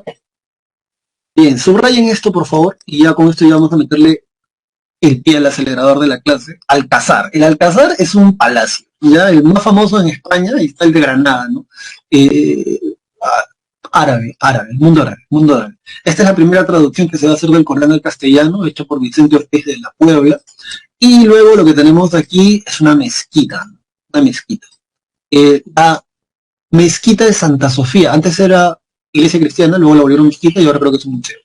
Esto es una mezquita en España y aquí está pues el Arcángel Gabriel y Mahoma. Vámonos ahora a dónde, al cielo. Bien, a ver. Presta atención ahora sí, porque ya estos, tienes que entender esto sí o sí, y nos quedan creo que apenas unos 10, 15 minutos de clase. El feudalismo te lo puedo explicar tranquilamente también con cruzadas y el renacimiento urbano comercial. Tú dirás, ¿por qué, profesor? Lo que pasa es que tiene que ver con la cronología. Si tú miras la cronología en tu separata, el tema de feudalismo, cruzadas y renacimiento urbano comercial abarcan casi la misma extensión de siglos. Va desde el siglo XI siglo XIII, básicamente. Y ahí puedes meter tres temas, ¿no? Feudalismo, cruzadas y renacimiento urbano, comercial. Urbano comercial. Bueno, pero vamos a comenzar por lo primero, el feudalismo. Siglo IX, justo cuando se integra el Imperio Carolingio. Definición, el feudalismo acá, es un sistema económico, tiene que ver con dinero, poder económico. Ay, concha.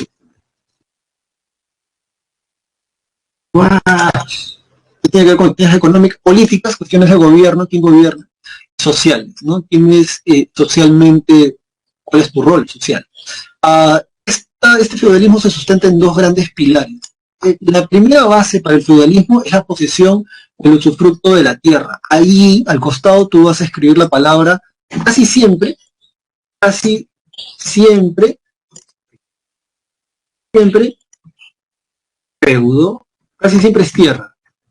La posesión del usufructo o la posesión y el usufructo de la tierra casi siempre es tierra.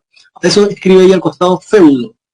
Costado. Casi siempre es la tierra y casi siempre eso le vamos a llamar el feudo.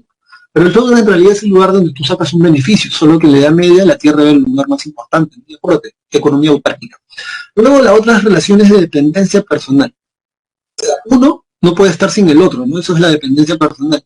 Y tenemos dos, el vasallaje y la servidumbre. El vasallaje, chico y chica, acuérdate, se da entre nobles y personas libres. La servidumbre son semilibres. Algunos dicen que descienden de los esclavos. Esto se va a desarrollar entre el siglo IX y el siglo XIII. ¿Cuáles son las causas?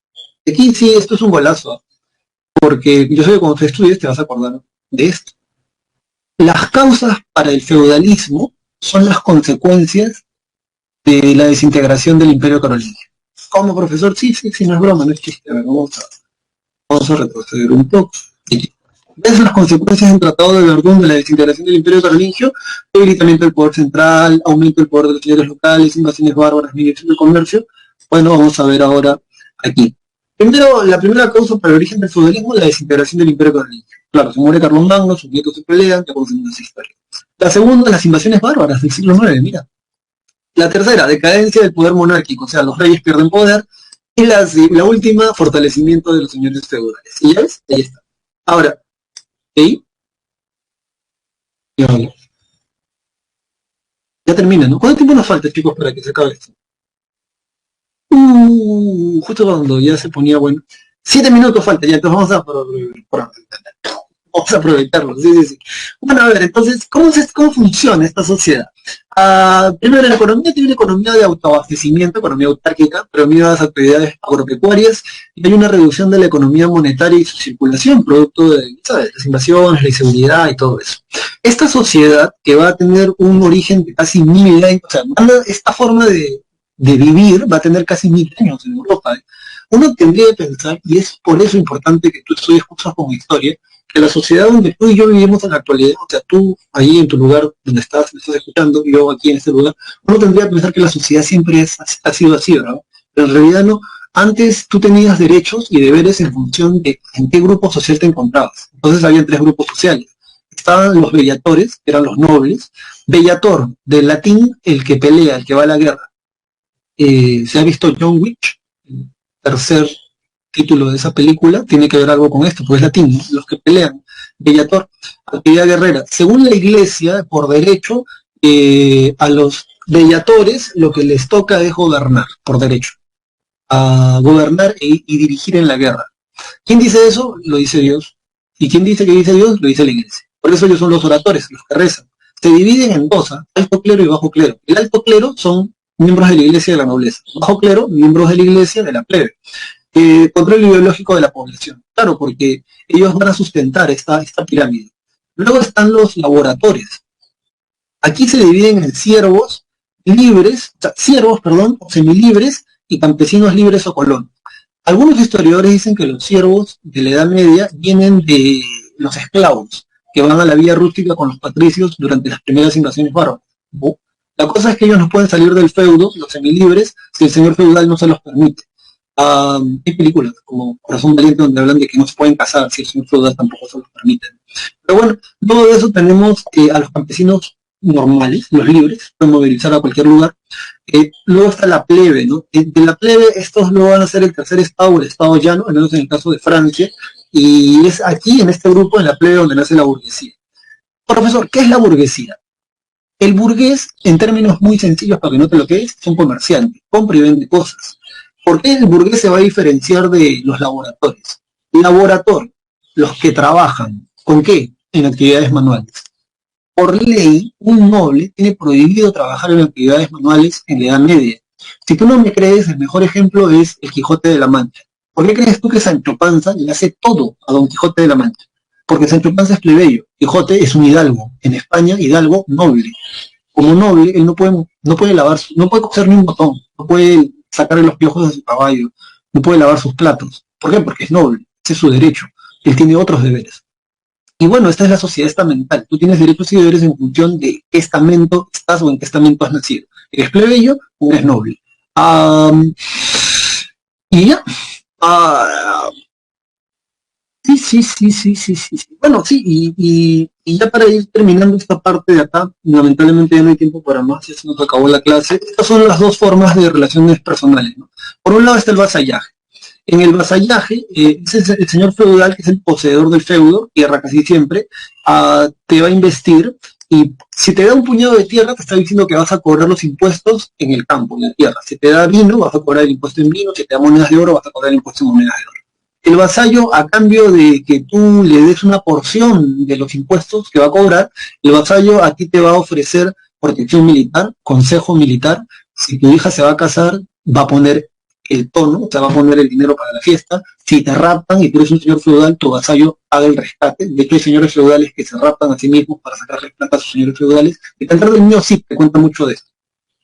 Y bueno, si tú eres un señor feudal y viene un campesino a querer una relación de dependencia personal contigo, a eso se le llama la servidumbre. El señor feudal te da mansos, y tú a cambio de eso vas a cultivar la tierra del señor feudal y vas a pagarle impuestos. Impuestos hay en esta parte, pero yo solo los menciono para la gente que es así ansiosa, tiene hambre de datos. Orbeas, trabajar gratuitamente las tierras del señor feudal. Censos, estamos hablando de los impuestos de la Edad Media. Rentas, impuestos anuales sobre la propiedad, impuestos de servidumbre o vasallaje. Banalidades, por usar el molino, el puente del señor feudal, el pozo. Tallas, impuestos en especies, marcas en un palo para postear, para contar los gastos, ¿no? Para llevar la cuenta, mejor dicho, por eso se llaman tallas. Bueno, luego de esto aquí tienes dos lecturas interesantes a mi entender. Una tiene que ver con el Papa Urbano II, que es el que convoca las cruzadas. Y bueno, ¿por qué se van a dar las cruzadas? Y ya se me terminó la clase, así que presta atención. La primera cruzada es la única que tiene éxito, con Godofredo de Bouillon, que es el que va a fundar el Reino Latino de Jerusalén. El Papa Urbano II, que quiere recuperar su poder religioso y político en Europa, en el mundo del Imperio Romano de Oriente, en Bizancio, convoca a la primera cruzada. ¿Por qué la va a convocar? Porque los turcos selúcidas se van a quedar con Jerusalén, que ya sabes que según la Biblia es donde se murió Jesús. Te aprendes las causas de memoria y las consecuencias que a mí me interesan es esta, ¿no? Se reactiva el comercio entre Oriente y Occidente, ahorita te explico por qué, y va a haber una decadencia del poder feudal y un fortalecimiento de la monarquía. ¿Por qué se va a dar esto? Porque son 8 cruzadas. De las 8 cruzadas, solo la primera tuvo éxito. Cuando tú te vas a una cruzada, y creo que aquí lo podemos ver bien, y ya con eso vamos a ir acortando la clase. Cuando tú te vas a una cruzada, los cruzados son caballeros que se van armados y financiados por los señores feudales. El Papa prometió tierras si recuperaba Jerusalén. Y ya terminamos ya. Entonces, cuando cada vez que se arma una cruzada, los burgueses se van con los cruzados a Constantinopla, cargan la mercadería, y cuando los cruzados retornan de Jerusalén derrotados, porque solo la primera tuvo éxito y fueron 8 cruzadas, ellos vuelven a retornar a Europa y así, sin querer queriendo, se reactiva el comercio. Ya más adelante hablaremos de los gremios. Y bueno, la peste negra, ya sabes que viene de China, llegan a las ricas ciudades italianas y ahí se a todo el mundo. Bueno, chicos y chicas, gracias por su atención. Yo espero que esto les haya servido. Tú ya lo demás repásalo, por favor. De hecho, en tu separata te han puesto información nueva, ¿sí? Así que tú no dejes de ver esa información, porque esa es información nueva. Yo te la voy a mostrar acá rápidamente. A ver. Ya terminamos la clase. Por cierto, vamos mostrando la encuesta, y ya sabes que me piden hacerla. Ahí dale la encuesta, y yo te voy a mostrar esto ahora, que es la nueva información que la PREA ha dejado aquí. Aquí está. Toda esta página que está acá.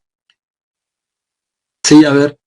¿Quiénes faltan en la encuesta? ¿Quiénes faltan en la encuesta? A ver, Andrés Cruz, Andrés Escalante, sí, tutora, ahí está. Esta página que está acá, esta página que está aquí, estúdiala ya, porque esto lo han incluido recién ahora. Esto es nuevo, esta parte de acá es nueva. Los gremios, el arte gótico, es algo que es información que es nueva. Y también creo que esta parte que estaba acá, si no me equivoco, la de la página 14 también. Sí, bueno, nada, les doy las claves y ya con eso hemos terminado la de esto. Cristel Solano Ruiz, claro, sí, ahí está Edu Hurtado tampoco, ¿no? Y ahí a Yolanda Cristina Yapaco Salinas, ¿no? Esta información, entonces ustedes ya tienen que estudiar. Bueno, dicho esto, las claves. La número 1, la respuesta es la A. La número 2, la respuesta es la B. La número 3, la respuesta es la C, si no me equivoco, porque esa las he hecho yo. Y la número 4, te he puesto de letra es la D. Ajá. Y la número 5, la letra D es la A, si no me equivoco. A ver. Y la letra A. Chicos, chicas, gracias por su atención. Cuídense mucho, espero que te vaya muy bien tu examen. Nos vemos. Y nada, que la fuerza te acompañe. Chao, chao. Siga mucho. Sí, espero que la clase te haya sido provechosa. Cuídense, hasta luego. Hasta luego, hasta luego. Vayan a su recreo.